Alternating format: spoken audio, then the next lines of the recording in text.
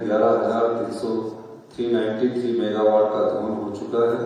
प्रदेश में कुल 24 बांध इन जल विद्युत परियोजनाओं पर स्थापित है। अधिकतर बांध सेंट्रल पब्लिक सेक्टर अंडरटेकिंग द्वारा बनाए गए हैं, जिनमें बीबीएमबी के माध्यम से बना भाखड़ा, पौंग बांध और एनटीपीसी के माध्यम से गोल डैम बना है। बीबीएमबी का जब बांध की स्थापना की गई थी, शिलान्यास किया गया था, प्रथम प्रधानमंत्री पंडित जवाहरलाल नेहरू जी ने कहा था कि आधुनिक भारत के निर्माण में महत्वपूर्ण भूमिका निभाएगा, जो आज तक चला है। अक्टूबर 1963 में भाखड़ा बांध बनने के बाद हिमाचल प्रदेश के बांधों के निर्माण में तेजी आई और इन्हें बनाने के लिए तकनीकी जानकारी भी बढ़ी। हिमाचल प्रदेश जैसे छोटे से राज्य ने राष्ट्रीय हित में बहुत बड़ा योगदान देकर भाखड़ा बांध का निर्माण करवाया, लेकिन हमारा एक शहर पूरी तरह जलमग्न हो गया। इस प्रकार पौंग बांध के निर्माण से कांगड़ा के अत्यंत सुंदर स्थलों और धौलाधार की गांव में बसे लोगों को विस्थापित होकर राजस्थान जैसलमेर के मरुस्थल में जाना पड़ा। आज भी हिमाचल प्रदेश के लोगों को विस्थापना का डर हमेशा स्थायी रहता है। आज भी विस्थापित अपने हक से वंचित है, लेकिन हमारी सरकार इनके हक को वापस दिलाने की हर संभव कोशिश कर रही है। वीडियो ना देखिए, हम अपने हिस्से की बिजली लेने के लिए माननीय सर्वोच्च न्यायालय का दरवाजा खटखटाना पड़ रहा है। आज भी हम न्याय की गुहार लगा रहे हैं। इससे आपको पता चल गया होगा कि देश में बांधों के निर्माण में इस प्रदेश का कितना बड़ा योगदान है। हमारे छोटे से प्रदेश के पास पानी ही एक मुख्य संसाधन है। हिमाचल प्रदेश के पास अगर बात की जाए रॉ मटेरियल की, तो वाटर रॉ मटेरियल है और फिनिश गुड इलेक्ट्रिसिटी। अब हुआ क्या कि हिमाचल जो पहाड़ी राज्य था, पंजाब के साथ था, उसके बाद जब हिमाचल अकेला पंजाब से अलग होकर हिमाचल प्रदेश को पूर्ण राज्यत्व का दर्जा दिया गया, उस समय हमारी आर्थिक स्थिति ऐसी थी कि हम अपने संसाधनों से डैम नहीं बना सकते।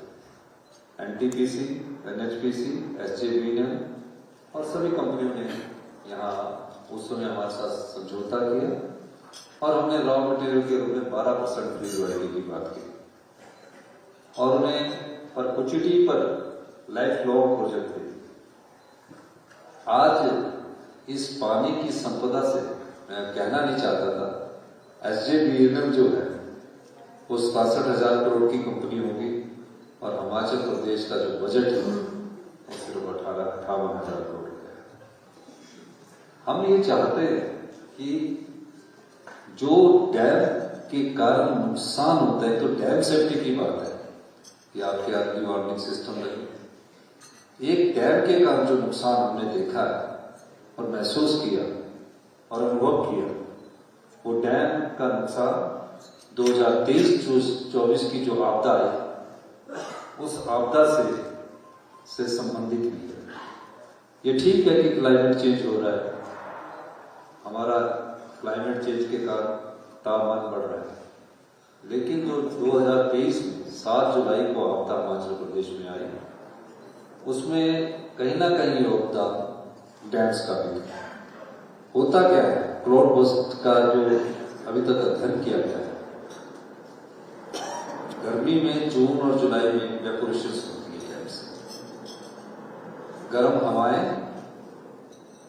और हिमालय की सर्द हवाओं से टकराकर क्लाउड बर्स्ट होता है और उसके कारण बहुत अधिक पानी आया और खासकर डैम से छोड़े गए पानी से इसके इर्द गिर्द रहने वाले लोगों को इतना अधिक नुकसान हुआ कि 23,000 घर हमारे पूर्णतया या तो क्षतिग्रस्त हो गए या आंशिक रूप से क्षतिग्रस्त हो गए। एकदम बाढ़ जैसा माहौल हो गया। डैम्स ने गेट खोले और उसका नुकसान भी हमको उठाना पड़ा। और अधिकार के रूप में हिमाचल प्रदेश को क्या मिलता है? अधिकार के रूप में आज भी हमारा झगड़ा चल रहा है। आप लीजिए, अब 12 साल में अपना प्रोजेक्ट फ्री कर देते हो, 12 करोड़ रुपया या 14 करोड़ रुपया पर मेगावाट आपके खर्चा आता है, हमें सिर्फ 12% फ्री पावर मिलती है, जो कि चाहे एनटीपीसी है चाहे एनएचपीसी है, जो एसजेवीएन है, ये 12% भी उनको अपनी जेब से नहीं देना पड़ता, ये भी पास थ्रू होता है। और पास थ्रू होने के बाद वो कंज्यूमर से लेते हैं। हम कहते हैं कि हमारी संपदा पानी है, और पानी जो हमारी संपदा है, इसके अलावा हमारे पास हिमाचल प्रदेश में कुछ नहीं है। 5 नदियां बहती है, छोटे मोटे हमारे खड्डे बहती है। इस संपदा का जो दोहन कर रहा है, जब और प्रदेशों में जो मिनरल्स हैं उन पर टैक्स लगाने का अधिकार है, हम अपने इस पानी की संपदा पर 1 पैसा भी लगाएं तो हाई कोर्ट में हमारा हर केस स्टे करता है। अब रॉ मटेरियल के रूप में पानी यूटिलाइज होता है, फिनिश गुड के रूप में बिजली बनती है। बिजली का रेट तो कभी बढ़ेगा ही नहीं, क्योंकि रॉ मटेरियल तो आपका पानी है। अगर आप थर्मल का प्रोजेक्ट लगाते हो, थर्मल के प्रोजेक्ट में आपको ट्रांसपोर्टेशन पड़ेगा, उसकी एक्सप्रेशन पड़ेगी, लेकिन हमें यहाँ अधिकार नहीं मिलता। ये डैम सेफ्टी से रिलेटेड बैठक है, लेकिन मैं एक अपने अधिकार की बात इसलिए भी करना चाहता हूँ। हमने सफर किया है 45 डिग्री में टेम्परेचर में, जब भाखड़ा पौंग डैम बना, उनको अभी तक जैसलमेर में जगह तक नहीं मिली। बिलासपुर का भाखड़ा बांध बना, और वो आज तक हम विस्थापन का आज तक 10 टिकट में, उसमें भी हमें अधिकार नहीं मिला। 7.19% का लड़ाई लड़ने के बाद अधिकार मिला, और आज हम उस अधिकार की लड़ाई लड़ना चाहते हैं। 1240 साल पहले प्रोजेक्ट बन चुका है, 40 साल बाद स्टेट को आना चाहिए, वो भी नहीं हमको मिलता। उसमें हमारा फ्री रॉयल्टी इंक्रीज होनी चाहिए, वो भी नहीं मिलता। इसीलिए स्टेट मिनरल के अधिकारी यहाँ बैठे होंगे। आपका धौला सिंह है, डूरी है, सुन्नी है, तीनों प्रोजेक्ट है, और आपके वहां से उन्हें चिट्ठी भी है। हम चाहते हैं कि अगर आप हमारा 12, 18, 30 और 40 साल बाद जो हमारी ये प्रोजेक्ट है, इसको अगर आप वापस करते हैं, हमारी शर्त को मानते हैं, तो हम आपको देने के लिए तैयार है। लेकिन अगर आप हमारी शर्त नहीं मानते हैं, तो हम 12, 18, 30, चाहे धौला सिंह है, चाहे डूरी है, चाहे सुन्नी है, हम उसमें टेक ओवर करने में कोई हिचकिचाहट नहीं रखेंगे। आपकी चिट्ठी भी आ गई, उसका रिप्लाई भी देना चाहते हैं। तो हिमाचल की छोटी सी जनसंख्या,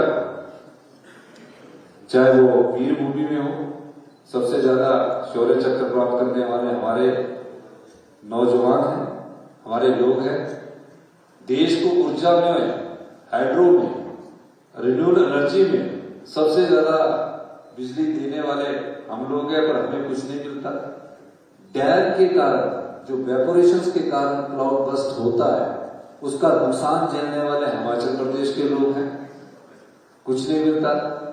इसलिए उस समय की परिस्थितियां अलग थी, आज की परिस्थितियां अलग।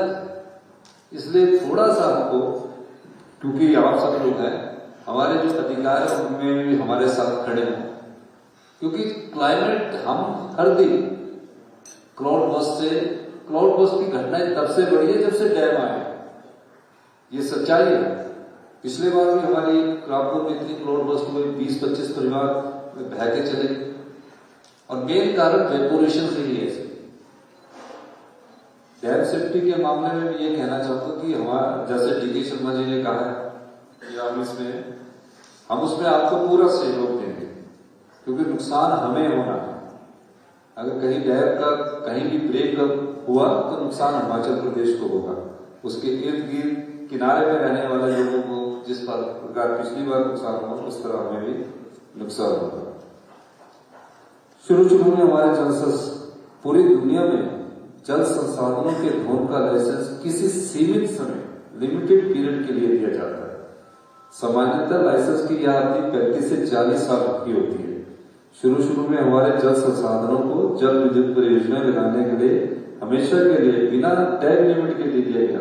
बहुत सारी ऐसी परियोजनाएं हैं जिसमें कोई समय सीमा तय नहीं की गई है, और जिसमें समय सीमा तय नहीं की गई है उसमें हम लीगल ओपिनियन भी ले रहे हैं, और हम इसमें आगे बढ़ेंगे।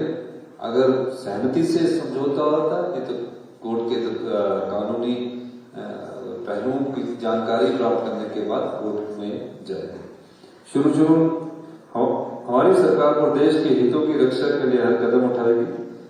ताकि हमारी आने वाली पीढ़ियों को इस विषय पर हमारी तरह संघर्ष न करना पड़े। प्रदेश के हितों को सुनिश्चित करने के लिए हम हर संभव प्रयास कर रहे हैं। अगर जरूरत पड़ेगी तो ऐसी सभी परियोजना जहाँ हमारे हितों का ध्यान नहीं रखा गया है, हमारी सरकार उनका निर्माण समय करेगी।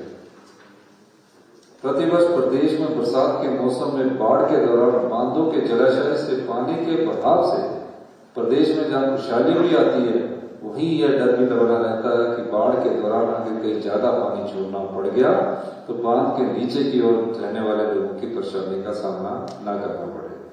इस समस्या से निपटने के लिए हम बांधों की सुरक्षा पर विशेष रूप से ध्यान देने की आवश्यकता है।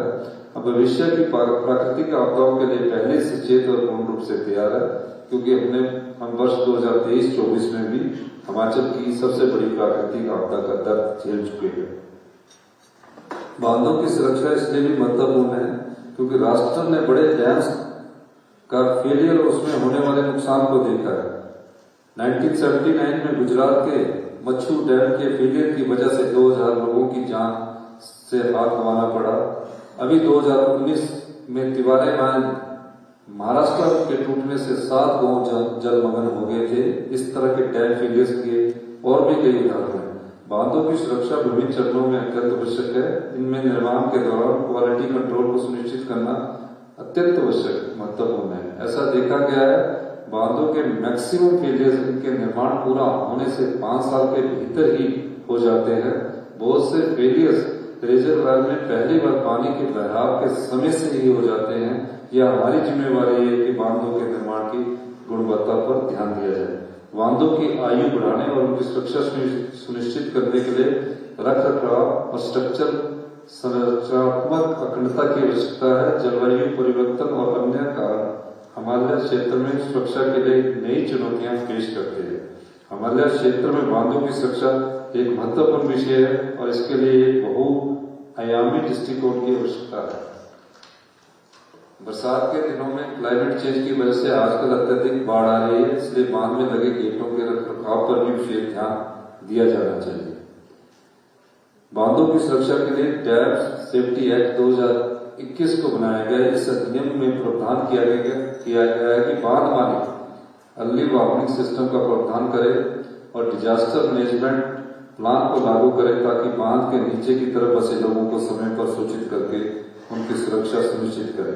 हिमाचल प्रदेश में इन प्रावधानों को लागू किया गया और सभी बांधों के लिए डिजास्टर मैनेजमेंट प्लान जरूरी किया गया है। राज्य में बने बांधों की सुरक्षा सुनिश्चित करने के लिए राज्य सरकार ने डैम सेफ्टी कमेटी का गठन किया है, जो सभी डेजिग्नेटेड डैम्स के रखरखाव व सुरक्षा की मॉनिटरिंग करती है तथा प्री मानसून तथा पोस्ट मानसून निरीक्षण के लिए उत्तरदायी है। बांध हमारे लिए एक वरदान सिद्ध हो रही है। वहीं क्षेत्र में भूवैज्ञानिक और विभिन्न जलवायु स्थितियों के कारण ढेर सारी चुनौतियां भी पैदा कर रहे हैं। इसलिए यह स्वाभाविक है कि हिमालय क्षेत्र में बांध सुरक्षा सुनिश्चित करने के लिए लगातार ध्यान अध्ययन किया जाए और कुछ ऐसी रणनीति बनाई जाए जिससे बांधों के बारे में सार्वजनिक जानकारी, मजबूत आपदा प्रबंधन, इनके रखरखाव और जलवायु परिवर्तन के प्रभावों की नवीनतम जानकारी शामिल हो।